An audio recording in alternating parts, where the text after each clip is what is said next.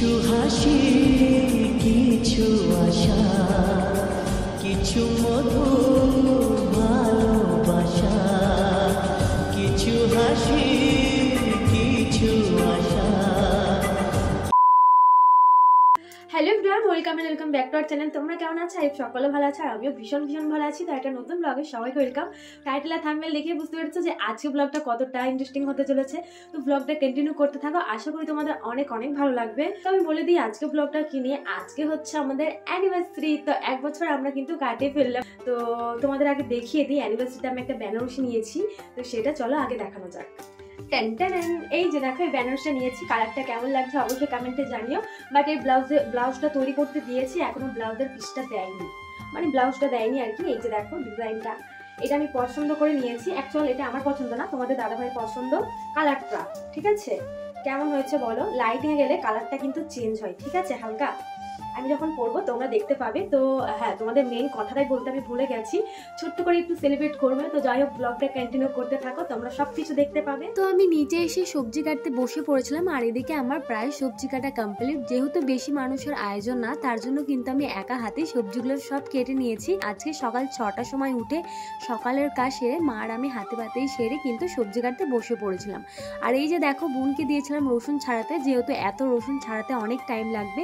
তো ও কি করেছে, রসুনগুলো আগে থেকে ভিজে রেখে দিয়েছে, কারণ তাড়াতাড়ি ছাড়ানো হয়ে যায়। তো ভালোই করেছে। তারপর এদিকে তোমাদের দাদাভাই চিকেনগুলো ধুচ্ছিল, তো কিছুক্ষণ আগে চিকেনটা আনা হয়েছে।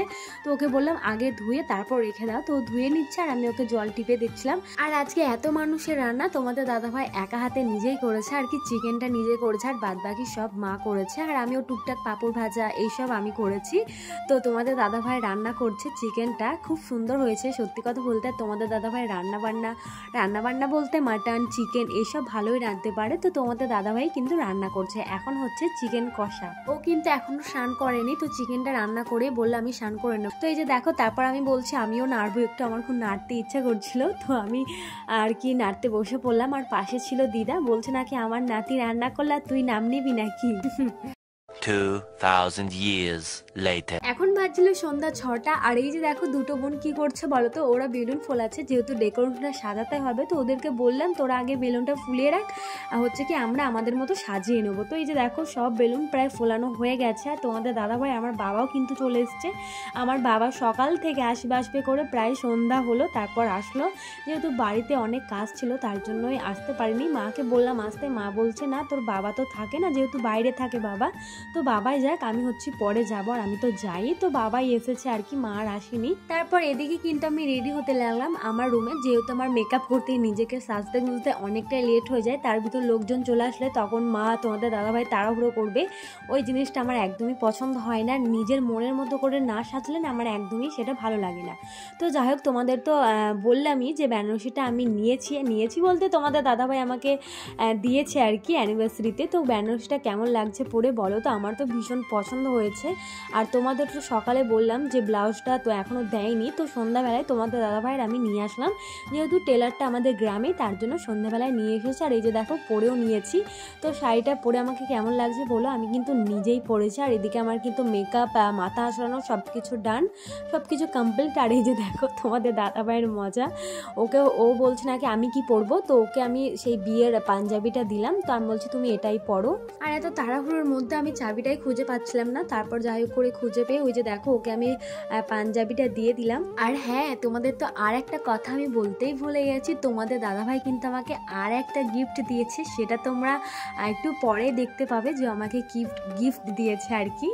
তো আমার তো ভীষণ পছন্দ হয়েছে। যাই হোক, তোমাদের আগে থেকে বলবো না, তোমরা পরেই দেখতে পাবে। তো আমার তো সব কিছু করা একবারে কমপ্লিট, শুধু সিঁদুরটা পরা বাকি ছিল, তো সেটাও পরে নিলাম, যেহেতু একটু পরেই আবার আমার মহারাজা মানে আমার বর আর কি সিঁদুর পরাবে, মালা বদল হবে, সব কিছুই হবে। আর এখন আমি কি খুঁজছি বলো তো, সেই সিঁদুরটা যেটা তোমাদের দাদাভাই আমাকে প্রথম পরিয়েছিল আমাদের বিয়েতে।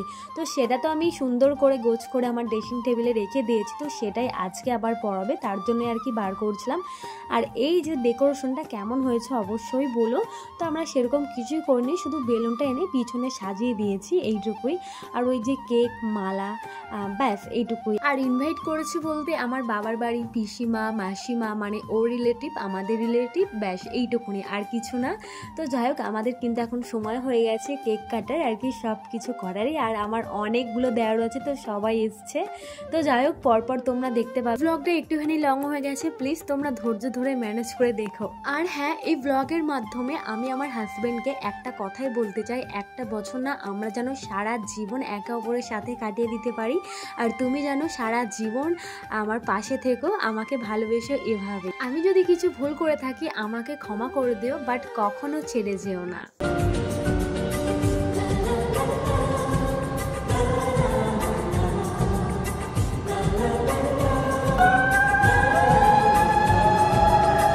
কিছু হাসি, কিছু আশা, কিছু মধুর ভালোবাসা, কিছু হাসি, কিছু আশা, কিছু মধুর ভালোবাসা, ছুঁয়ে যা আজ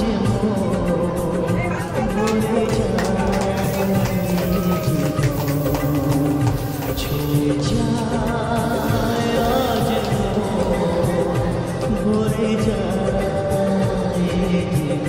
তো যেটার কথা তোমাদের একটু আগেই বলছিলাম যে আমার হাজব্যান্ড আমাকে আর একটা গিফট দিয়েছে, তো সেই গিফটটা আমার ভীষণ পছন্দ।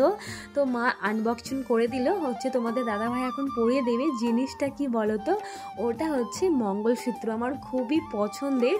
তো তোমাদের দাদাভাই একদিন বলছিল যে সামনে অ্যানিভার্সারি আসছে, তো কি নেবে তুমি বলো। তো আমি বলেছিলাম হচ্ছে আমি মঙ্গলসূত্র নেব। তো বলছে ঠিক আছে। তো ও কিন্তু ওর পছন্দই বানিয়ে দিয়েছে। তো ডিজাইনটা তোমাদের আমি একটা শর্ট ভিডিওতে বা অন্য ব্লগে তোমাদের দেখিয়ে দেবো, এখন দেখাতে পারলাম না। তো যাই হোক আমার তো ভীষণ পছন্দ হয়েছে, ভীষণ। আর এই যে দেখো কেক কেটে তো এখন আমি সবাইকে খাইয়ে দিচ্ছি, দেন আমাকেও সবাই মুখে মুখে খাইয়ে দিচ্ছে, যেহেতু মা বললো সবাই আছে, সকলে আছে, তুই যা খাইয়ে দিগা। তো এই যে দেখো এখন আমি কিন্তু সবাইকে কেক একটু একটু করে খাইয়ে দিলাম। দেন তারপর আমরা চলে আসলাম এখানে ফটো তুলতে। তো এখানে সকলেই ছিল, তো সকলের সাথে ফটো তুলেছে আর কি। তো এখানে কে কে আছে বলো তো। ওটা হচ্ছে আমার ছোট মাস শাশুড়ি, আর ওটা হচ্ছে ছোট মাস শাশুড়ির ছেলে, আর ছিল আমার হাজব্যান্ড আমি, আর ওটা হচ্ছে মামি শাশুড়ি, আর ওটা হচ্ছে মায়ের সই, আর ছিল আমার শাশুড়ি মা। আর এই চারজনাকে আশা করি তোমরা চিনতেই পারছো, বলার আর কিছু নেই। ছিল হচ্ছে আমার বাবা আর শাশুড়ি মা আর আমার বর। আর এই যে দেখো গাইস, এগুলো হচ্ছে আমার সব দেওর, এতগুলো দেওর, আর পাশেই ছিল আমার বর। আর সব থেকে পছন্দের দেওর আমার পুচকি দেওর, মানে ওই দেওরটা সবার থেকে ছোট, আর বাদ বাকিগুলো সবই বড় বড়। আর এই যে দেখো ওগুলো হচ্ছে আমার দিদা, মানে দিদা শাশুড়ি আর দাদু শ্বশুর। তো ওদেরকে একটু পোজ দিয়ে দিলাম, রোজ দিচ্ছে আর কি, দেখতে খুবই মিষ্টি লাগছিল। তারপর ওগুলো সেরেই কিন্তু আমরা নিচে চলে এসেছি, যেহেতু খাওয়া দাওয়া ওরা আবার বাড়ি যাবে, যেহেতু অনেকটাই রাত হয়ে গেছে। তো সবাই আমাদের খেতে বসে পড়েছে আর কি, বাইরেই দিচ্ছিল টেবিলে। তো ওদিকে ওরা খাওয়া দাওয়া করছে, আর তোমাদের দাদা ভাই দিচ্ছিল, দেখতেই পেলে। তারপর আমি উপরে চলে আসলাম, আর উপরে এই যে দেখো বুনু বাবা সবাই বসে আছে। তো ওরা পরে খাবে আর কি, তার জন্য এখন খাইনি, এখন বসেনি। তো আজকের ব্লগটা এই পর্যন্তই, টাটা।